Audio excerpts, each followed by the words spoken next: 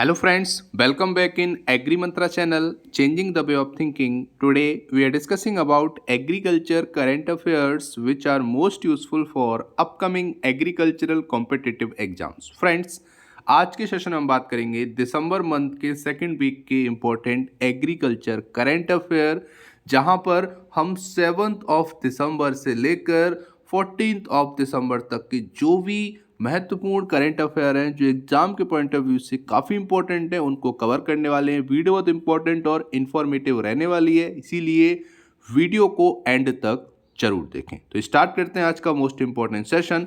सबसे पहले बात करेंगे तो यहाँ पर है यूपी अप्रूव्स आत्मनिर्भर कृषक समन्वित योजना। तो यहाँ पर यूपी गवर्नमेंट ने एक किसानों के लिए स्कीम लॉन्च की है जिसका नाम है आत्मनिर्भर कृषक समन्वित योजना। इसके बारे में बात कर लेते हैं। तो ये जो योजना है वो उत्तर प्रदेश गवर्नमेंट ने अप्रूव की है ताकि एग्रीकल्चर सेक्टर को प्रमोट किया जा सके। ठीक है, अगर हम बात करेंगे इस योजना की तो इसको इस करेंट फाइनेंशियल ईयर के लिए इम्प्लीमेंट किया जाएगा। आगे बात करेंगे तो इस स्कीम के अंतर्गत 1475 एफपीओ तैयार किए जाएंगे और वो अलग अलग ब्लॉक से होंगे। आने वाले 3 सालों में इनको बनाया जाएगा और एग्रीकल्चर सेक्टर को और आगे ऊंचाइयों पर ले जाने की कोशिश की जा रही है।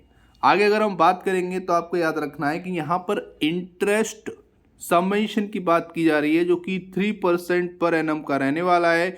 जो भी किसान यहाँ पर लोन लेंगे इस योजना के अंतर्गत उनको 3% का इंटरेस्ट सबवेंशन मिलेगा अगर वो टाइमली उस लोन को चुकाएंगे, उसका पेमेंट करेंगे तो। और आपको बता दें कि ये रहेगा आपका मैक्सिमम 2 करोड़ तक का जो लोन है उस पर 3% का सबवेंशन यहाँ पर प्रोवाइड किया जाएगा। और ये जो स्कीम है इसको जो फंड प्रोवाइड करेगी वो करेगी एक आपको पता होगा, हमने कई बार आपको बताया, एक फंड है AIF एग्रीकल्चर इंफ्रास्ट्रक्चर फंड के तहत इस योजना को फाइनेंशियल सपोर्ट दिया जाएगा, फंड प्रोवाइड किया जाएगा। उम्मीद करते हैं यहाँ तक आपको समझ में आया होगा इस योजना के बारे में। अब आपको बता दें इसमें 2 चीज़ें जानना बहुत ज़रूरी है जो कि एग्जाम के पॉइंट से बहुत ज़रूरी है। पहला आपको याद रखना है कि किस राज्य में लॉन्च की है, तो उत्तर प्रदेश में की गई है। नाम क्या है? आत्मनिर्भर कृषक समन्वित विकास योजना। नेक्स्ट यहाँ पर पॉइंट बनेगा कि इसका बजट कितना है। तो अभी इसका जो बजट एलोकेट किया गया है वो किया गया है 100 करोड़। ठीक है, 100 करोड़ रुपए का बजट है और इसका एम क्या है? एग्रीकल्चर सेक्टर को प्रमोट करना, या ये बोल सकते हो कि फार्मर की इनकम को इंक्रीज करना ही इस योजना को लाने का उद्देश्य है जो कि यूपी गवर्नमेंट लेकर आई है। इतनी सारी चीज़ें आपको पता होनी चाहिए इस करंट अफेयर्स। आगे बात करेंगे तो प्रधानमंत्री आवास योजना ग्रामीण एक्सटेंडेड टिल 2024। तो यहाँ पर प्रधानमंत्री आवास योजना जो कि ग्रामीण के लिए है उसको एक्सटेंड किया गया है 2024 तक। तो यहाँ पर ये 8 दिसंबर की इम्पोर्टेंट न्यूज़ है जहाँ पर कैबिनेट ने अप्रूवल दिया है फाइनली इस योजना के एक्सटेंशन के लिए। और आपको ये भी बता दें कि मार्च 2021 तक जो आवास बनाए गए हैं उसमें जो रिमेनिंग पेंडिंग जो फंड है उसको ही प्रोवाइड किया जाएगा, जिससे लगभग 155.75 लाख हाउसेस बन जाएंगे। और आपको ये भी बता दें कि मार्च 2024 तक, ठीक है, ये जो आपके 155.75 लाख हाउस हैं ये कंप्लीट हो जाएंगे। और इसके साथ जो टोटल हमारा टारगेट है 2.95 करोड़ हाउस बनाने का अंडर प्रधानमंत्री आवास योजना ग्रामीण के अंदर, तो वो भी यहाँ पर पूरा हो जाएगा, उनको पक्का हाउस यहाँ पर मिल जाएगा। और यहाँ पर एक उद्देश्य है जो कि आप जानते होंगे, हाउसिंग फॉर ऑल, सभी के पास अपना घर हो, अपनी छत हो सोने के लिए। उसी उद्देश्य को यहाँ पर पूरा करने के लिए इस योजना को 2024 तक एक्सटेंड किया गया है। उम्मीद करते हैं यहाँ तक आपको समझ में आया होगा। नेक्स्ट बात करेंगे तो second edition of animal husbandry startup grand challenge launch. तो यहाँ पर animal husbandry startup grand challenge का सेकंड एडिशन लॉन्च हो चुका है। ये किसने किया था? तो ये किया है animal husbandry startup grand challenge. ये किया आपका डिपार्टमेंट ऑफ एनिमल हस्बेंड्री और डेयरिंग ने। और आपको बता दें ये सेलिब्रेट किया है नेशनल मिल्क डे आनंद गुजरात में किया गया है, ये भी आपको याद रखना है। और आपको बता दें कि जो पहला आपका स्टार्टअप ग्रांड चैलेंज था वो लॉन्च किया गया था पीएम श्री नरेंद्र मोदी जी के द्वारा 12 सितंबर 2019 को, और ये अब किया गया है सेकंड एडिशन, ये भी आपको याद रखना है। और आपको एक और बात बता दें कि जो सेकंड एडिशन है इसको इस बार लॉन्च किया है हमारे यूनियन मिनिस्टर श्री परषोत्तम रूपाला जी ने। और यहाँ पर उद्देश्य क्या है कि जो एनिमल हस्बेंड्री और डेयरी सेक्टर में 6 प्रॉब्लम है उनको एड्रेस करना और उनका सॉल्यूशन प्रोवाइड करना। अब यहाँ पर 6 प्रॉब्लम कौन सी हैं ये आपको मैं बता देता हूँ। तो आपको याद रखना है, पहली प्रॉब्लम है, इसमें टोटल 6 प्रॉब्लम है जिनके बारे में जिक्र किया गया है। पहला है proper storage and supply of semen dosage. Second है development of cost effective animal identification and traceability technology. Third है development of heat detection kit, ये सारा एनिमल से रिलेटेड है, कैटल से रिलेटेड है। फोर्थ वन है development of pregnancy diagnosis kit for dairy animals. Fifth one है improvement in milk supply chain. और लास्ट है development of low cost cooling and milk preservation system. तो ये सारे आपके 6 प्रॉब्लम हैं जिनको सॉर्ट आउट करने के लिए ही ये सेकंड जो चैलेंज है 2.0 लॉन्च किया गया है। और आपको बता दें इस चैलेंज को जो जीतेगा उसको 10 लाख रुपीस का यहाँ पर इनाम मिलेगा, कैश प्राइज मिलेगा। और जो सेकंड नंबर पे आएगा उसको यहाँ पर 7 लाख रुपीस का यहाँ पर इनाम दिया जाएगा, ये भी आपको याद रखना है। काफ़ी इंपॉर्टेंट यहाँ से ये करंट अफेयर रह सकता है। फ्रेंड्स, अगर आपकी वीडियो पसंद आ रही है, हेल्पफुल लग रही है तो वीडियो को अभी लाइक करो। आज की वीडियो का टारगेट है केवल और केवल 300 लाइक्स का। वीडियो पसंद आए तो वीडियो को लाइक करना और सभी फ्रेंड के साथ शेयर करना।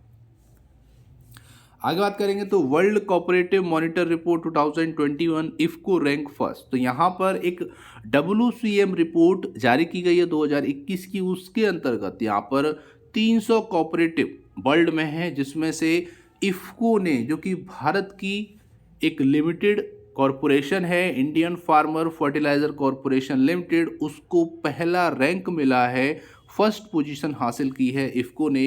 तो ये काफ़ी बड़ी बात है, वर्ल्ड लेवल पे यहाँ पर भारत का नाम हुआ है। और एज ए एग्रीकल्चर स्टूडेंट आपको जानना चाहिए, यहाँ से भी क्वेश्चन बन सकता है। यहाँ पर बात करेंगे तो वर्ल्ड में जो टॉप 300 कोऑपरेटिव हैं उसमें इफ्को ने पहली रैंक हासिल की है। और ये रैंक बनाई गई थी based on the ratio of turnover over the GDP per capita. तो जितना भी टर्नओवर उनका आ रहा है उसको GDP पर कैपिटा से डिवाइड किया गया है, उसके अकॉर्डिंग जो रैंक निकलती है वो इफ्को की सबसे ज़्यादा निकलती है। टॉप 300 कोऑपरेटिव की निकालेंगे तो यहाँ पर आपको ये भी याद रखना है कि इफ्को ने काफ़ी ज़्यादा कंट्रीब्यूट किया इस बार GDP को और इकोनॉमिक ग्रोथ को, हमारे नेशन की जो ग्रोथ है उसको बढ़ाने में, और GDP में काफ़ी बड़ा हिस्सा हो गया है अगर हम इफ्को की बात करेंगे तो।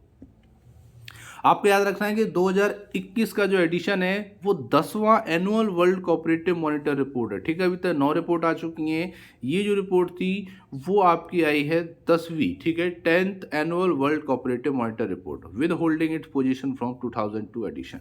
तो आपको यहाँ पर क्या याद रखना है कि 2020 में भी इसको पहला रैंक मिला था, 2021 में 10वें एनुअल वर्ल्ड कोऑपरेटिव मॉनिटर में भी इसको पहला रैंक मिला है। और एक और चीज़ जो कि आपको जानना बहुत ज़रूरी है, ये तो हो गया आपका एनुअल वर्ल्ड कोऑपरेटिव रिपोर्ट के अकॉर्डिंग, लेकिन आपको ये पता होगा कि इफ्को ने यहाँ पर 60वीं पोजीशन हासिल की है, किस में ये भी आपको बता देते हैं। तो टर्नओवर की अगर हम बात करेंगे मामले में या ओवरऑल टर्नओवर के मामले में इफ्को ने अब 60वीं रैंक हासिल की है भारत में। और आपको बता दें कि यहाँ पर पिछले साल 65th पोजीशन यहाँ पर आई थी और अब आई है 60 पोजीशन, मतलब यहाँ पर काफ़ी ज़्यादा ग्रो किया है इफ्को ने। अगर ओवरऑल टर्नओवर की बात करेंगे तो ये वर्ल्ड लेवल की बात हो रही है, तो वर्ल्ड लेवल पे यहाँ पर ओवरऑल टर्नओवर के मामले में 60वीं रैंक यहाँ पर इफ्को की आई है। और अगर हम बात करेंगे इस रिपोर्ट के जरिए 10th annual world cooperative monitor report के अनुसार जो इफ्को की रैंक है वो है पहली, जो कि 300 टॉप कोऑपरेटिव में निकाली गई थी। आगे बात करेंगे तो cabinet approve implementation of PMKSY for 2021-26। तो यहाँ पर बात हो रही है प्रधानमंत्री की एक योजना थी जो कि आप बहुत अच्छी और भली भांति जानते होंगे, प्रधानमंत्री कृषि सिंचाई योजना, जिसको अब 2021 से 2026 के लिए आगे अप्रूवल मिल चुका है। तो यहाँ पर बात हो रही है कि जो आपका CCEA है उसने यहाँ पर अप्रूवल दिया है प्रधानमंत्री कृषि सिंचाई योजना 2021 से 26 के लिए, जिसका जो टोटल आउटले है, जो टोटल खर्चा होगा वो होगा 93,068 करोड़ रुपए। और यहाँ पर CCEA ने एक और यहाँ पर अप्रूवल दिया है कि सेंट्रल सपोर्ट करेगा 37,454 करोड़ 37,454 करोड़ रुपए स्टेट को, और 20,434.56 करोड़ यहाँ पर जितने भी आपके अभी ऋण, ठीक है, जो बकाया है, जो लोन लोगों ने लिए हैं, जो बकाया है, उसके लिए भी यहाँ पर सपोर्ट करेगा सेंट्रल गवर्नमेंट, ताकि जितने भी इरिगेशन डेवलपमेंट हुए हैं, ठीक है, इरिगेशन डेवलपमेंट प्रोजेक्ट हैं, उनको यहाँ पर पूरा किया जा सके। क्योंकि आपको पता है 2016 से लेकर 2021 तक जो पेंडिंग इरिगेशन प्रोजेक्ट हैं, जो रुके हुए हैं, या बोल सकते हो जिनका पेमेंट गवर्नमेंट की तरफ से या बजट नहीं आया, उसके लिए भी यहाँ पर 20,000 से ज़्यादा करोड़ रुपए यहाँ पर सैंक्शन किए गए हैं, ताकि इरिगेशन डेवलपमेंट प्रोजेक्ट को पूरा किया जा सके। उसके साथ साथ 2021 से लेकर 26 तक का भी यहाँ पर बोल सकते हैं प्लान तैयार हो चुका है, जिसके लिए लगभग 93,000 करोड़ रुपए एलोकेट किए गए। ये भी आपको याद रखना है। और आगे बात करेंगे तो आप जानते हो एक इरिगेशन का एक बेनिफिट प्रोग्राम है जिसको AIBP बोलते हैं, एक्सीलरेटेड इरिगेशन बेनिफिट प्रोग्राम। हर खेत को पानी और वाटर से डेवलपमेंट कंपोनेंट, इन सभी को आगे कंटिन्यू किया जाएगा 2021 से लेकर 26 तक। और आपको बता दें इस योजना के बढ़ने से, मतलब 2021 से 26 तक जो बढ़ाई गई है, इससे लगभग 22 लाख फार्मर्स को यहाँ पे डायरेक्ट बेनिफिट मिलने वाला है। और आपको ये बता दें कि जिसमें से 2 लाख फार्मर जो होंगे वो SC और 2 लाख फार्मर होंगे वो ST कैटेगरी के होंगे, जो पूरे भारत के किसानों को यहाँ पर फ़ायदा मिलेगा। उम्मीद करते हैं यहाँ तक आपको समझ में आया होगा। आगे बात करेंगे तो BJP MP Varun Gandhi submit private member bill for legal guarantee of MSP। तो मिनिमम सपोर्ट प्राइस के लिए लीगल गारंटी प्रोवाइड करने के लिए एक प्राइवेट मेंबर बिल लाया गया है बीजेपी के जो MP हैं मिस्टर वरुण गांधी जी के द्वारा। वो चाहते हैं कि MSP को लीगलाइज किया जाए, किसानों को अधिकार दिया जाए कि जो MSP सरकार घोषित करती है उससे कम पर वो अपनी फसल को कभी नहीं बेचें। ये यहाँ पर लीगल करने की बात की गई है वरुण गांधी जी के द्वारा। तो उनकी जो डिमांड है वो सेम है। और यहाँ पर आपको बता दें कि वरुण गांधी कंटिन्यू किसानों के हित में बात करते रहे हैं। तो इस बार भी उन्होंने यहाँ पे क्या किया है कि एक प्राइवेट मेंबर बिल लेकर आए जो सबमिट किया है उन्होंने पार्लियामेंट में, जिसका टोटल जो फाइनेंशियल आउटले होगा वो होगा ₹1 लाख करोड़। मतलब साल में लगभग 1 लाख करोड़ रुपए यहाँ पर एक्स्ट्रा लग सकता है सरकार का, अगर वो MSP के अकॉर्डिंग चलती है, MSP को लीगलाइज करती है तो। और आपको बता दें इसका जो बिल का टाइटल रखा गया है वो रखा गया था farmers right to guaranteed minimum support price realisation MSP for realisation of agri produce bill 2021। तो ये इसका नाम रखा गया है और इसके तहत इसका उद्देश्य रखा गया है कि लीगली गारंटीड प्रोवाइड करता है मिनिमम सपोर्ट प्राइस की 22 क्रॉप पे, क्योंकि अभी जो भारत सरकार है वो 22 क्रॉप पर MSP घोषित करती है लेकिन MSP पे खरीदती नहीं है। तो वो चाहते हैं कि इस पे खरीदा भी जाए, किसानों का जो क्रॉप है उनको ज़्यादा दाम मिले, उनको प्रॉफिट हो, तो किसानों की जो आय है वो बढ़े। तो यहाँ पर आपको याद रखना है कि ये जो बिल है अभी वो लाया गया है, अभी पास नहीं हुआ है, अभी प्रस्ताव रखा गया है, अब इस पर क्या विचार होगा वो देखा जाएगा। लेकिन यहाँ पर पार्लियामेंट में उन्होंने सबमिट कर दिया है, पर अभी इंट्रोड्यूस होना बाकी है। तो ये भी आपको याद करना है और रखना है, काफ़ी ज़्यादा इंपॉर्टेंट यहाँ से हो सकता है। और आपको बता दें 1952, ठीक है, 1952 से अगर हम अभी की बात करेंगे तो केवल लगभग 12 प्राइवेट मेंबर बिल ही पास हुए हैं, मतलब काफ़ी कम बिल पास हुए हैं इस टाइप के, जो इन्होंने एक टाइप का जो बिल सबमिट किया है। अब देखते हैं इस बिल का क्या होता है, ये तो आने वाला समय ही बताएगा। आगे बात करेंगे तो PM Narendra Modi inaugurated Saryu canal project. तो यहाँ पर हमारे PM जो हैं मिस्टर नरेंद्र मोदी, उन्होंने एक बहुत बड़ा कैनाल प्रोजेक्ट लॉन्च किया जिसका नाम है सरयू कैनाल प्रोजेक्ट। यहाँ पर अगर हम बात करेंगे तो ये 5 नदियों को इंटरलिंक करता है, घाघरा, सरयू, राप्ती और आपका बाणगंगा और रोहिणी, ये 5 रिवर्स हैं जिनको इंटरलिंक करके ये सरयू कैनाल प्रोजेक्ट बनाया गया है। और आपको बता दें इसका उद्देश्य क्या है कि ज़्यादा से ज़्यादा वाटर रिसोर्स का हम यूज़ कर पाएँ उस रीजन में। आपको बता दें सैटरडे को प्राइम मिनिस्टर नरेंद्र मोदी ने यहाँ पर इनॉग्रेशन किया है सरयू कैनाल नेशनल प्रोजेक्ट का, और यहाँ पर उन्होंने ये बोला है कि इस कैनाल के आने से लगभग 14 लाख हेक्टेयर से भी ज़्यादा लैंड को इरिगेट कर पाओगे, पानी पहुंचा पाओगे। ये बहुत बड़ी उपलब्धि हो जाएगी और किसानों का डायरेक्ट यहाँ पर बेनिफिट होने वाला है। और आपको बता दें इस प्रोजेक्ट के लिए लगभग जो कॉस्ट रखी गई है वो रखी गई है 9800 करोड़ रुपए। और यहाँ पर एक आपको बता दें which more than 4600 crore was provision in the last 4 year. और आपको ये भी बता दें कि पिछले 4 सालों में केवल 4600 करोड़ रुपए ही सेंक्शन किया गया था, लगाया गया था, लेकिन अब आगे आने वाले टाइम में इसको 9800 करोड़ रुपए तक पहुंचाया गया है, जो कि 1 से 2 साल में लगाया जाएगा। तो काफ़ी ज़्यादा तेज़ी से काम यहाँ पर स्टार्ट हो चुका है। और आपको बता दें इस प्रोजेक्ट के आने से लगभग 29 लाख फार्मर्स को डायरेक्टली फ़ायदा मिलेगा, जो कि लगभग 6200 विलेज से बिलोंग करते हैं। ये भी यहाँ पर याद रखना है। अब क्या होगा कि जहाँ पर पानी की पहुँच नहीं थी वहाँ भी पानी पहुँच पाएगा और किसान अपने खेत को सिंचित कर पाएगा और ज़्यादा से ज़्यादा वहाँ पर उत्पादन ले पाएगा। आपको बता दें कि ये जो सरयू कैनाल प्रोजेक्ट जो है वो लॉन्च हुआ था, उस टाइम राज्यपाल आनंदीबेन पटेल जी, मुख्यमंत्री श्री योगी आदित्यनाथ जी, उप मुख्यमंत्री श्री केशव प्रसाद मौर्य जी और केंद्रीय जल शक्ति मंत्री श्री गजेंद्र सिंह शेखावत जी मौजूद थे। उसी दौरान नरेंद्र मोदी जी ने इस सरयू कैनाल प्रोजेक्ट को लॉन्च किया था। ये भी आपको याद रखना है, काफ़ी इंपॉर्टेंट है। इसका आउटले याद रखना है, कितना कॉस्ट लगाया गया है, कितने फार्मर को बेनिफिट होगा, ये सारी चीज़ें आपको याद रखनी है, जो कि एग्जाम के पॉइंट ऑफ व्यू से काफ़ी इंपॉर्टेंट है। आगे बात करेंगे तो what is a sponge city in water management. तो यहाँ पर पहले बात करेंगे कि स्पंज सिटी क्या होती है वाटर मैनेजमेंट में और किसको स्पंज सिटी बनाया जा रहा है, कोशिश की जा रही है, ये भी बात करेंगे। तो स्पंज सिटी का मतलब होता है, देखो ये एक नया शहरी निर्माण मॉडल है, सबसे पहले याद रखना है। इसको चाइना के शोधकर्ताओं ने अपने द्वारा प्रस्तावित किया गया था। और जो स्पंज सिटी है ये एक न्यू अर्बन कंस्ट्रक्शन मॉडल है जो फ्लड मैनेजमेंट और strengthening ecological infrastructure and drainage system पे काम करता है। मतलब ड्रेनेज पे काम करेगा, जो फ्लड आएगी उसका मैनेजमेंट करता है, स्ट्रेटजी तैयार करता है और बढ़िया इंफ्रास्ट्रक्चर तैयार करता है। ये एक मॉडल है जिससे उस अर्बन एरिया को कोई भी दिक्कत ना आए, जब बारिश ज़्यादा होती है तब या बाढ़ आ जाए तब सारी चीज़ें मैनेज हो जाएं, उसी को हम स्पंज सिटी बोलते हैं, जो बनने वाला है चेन्नई।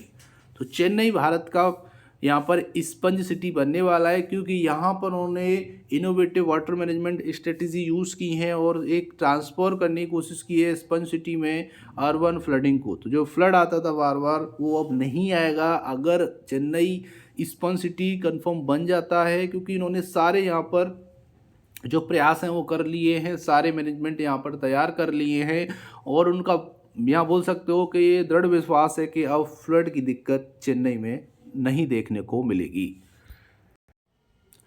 और यहाँ पर जो रिचार्ज शाफ्ट बनाई जाएंगी उनको भी 80 से 90 फीट तक खोदा जाएगा, डगअप किया जाएगा, ताकि वाटर टेबल को यहाँ पर ज़्यादा से ज़्यादा ऊपर लाया जा सके।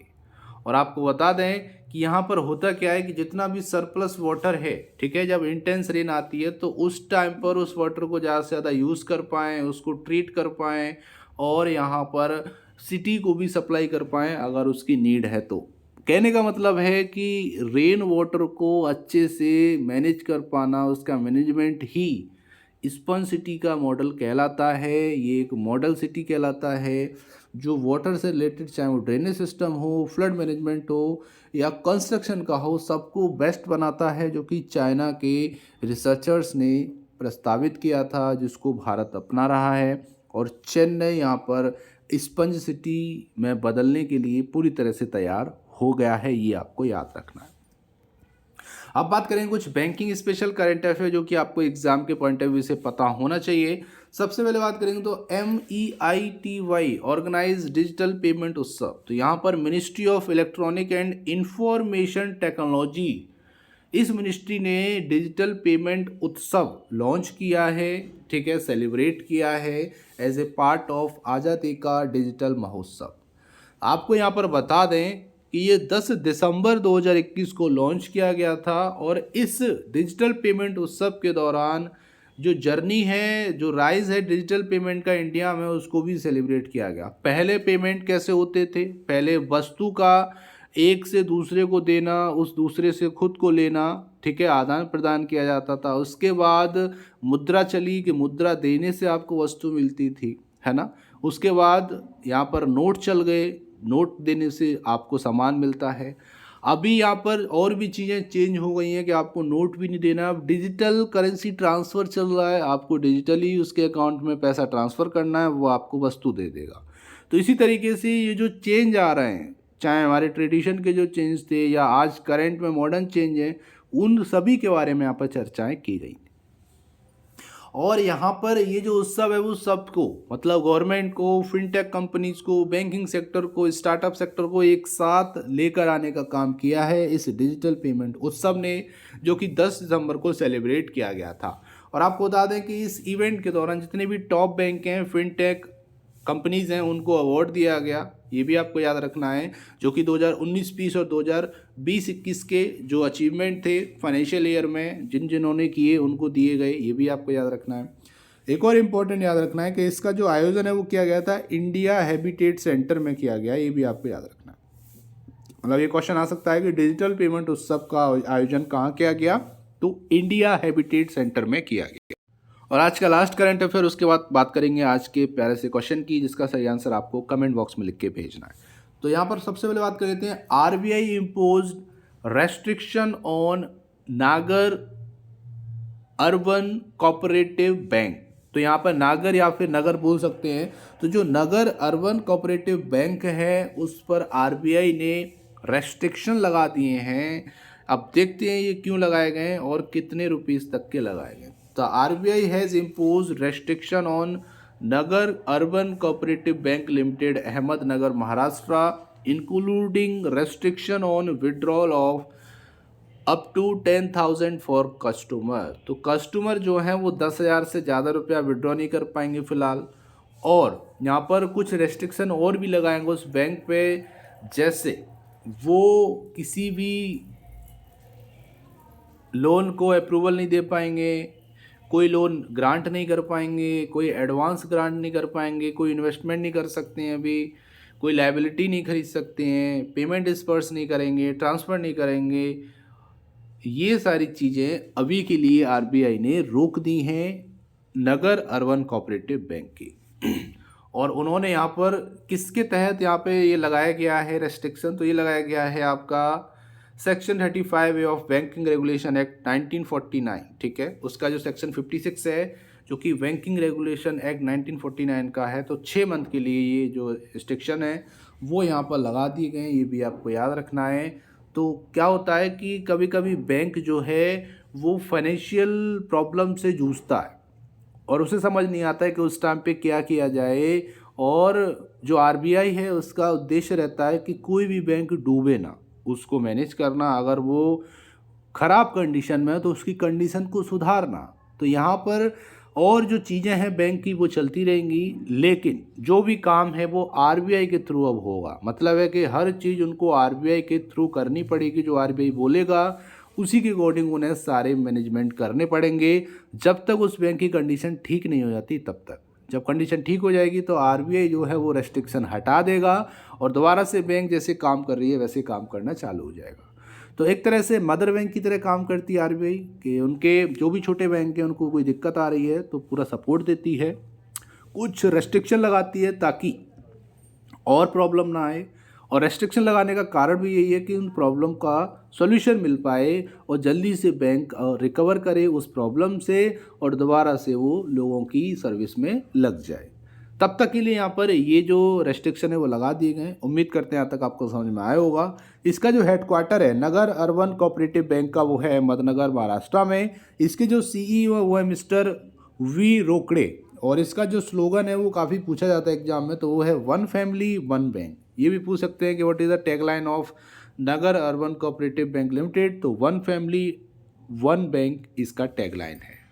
अब बात करेंगे दिसंबर के सेकंड वीक के कुछ इंपॉर्टेंट एग्रीकल्चर डे।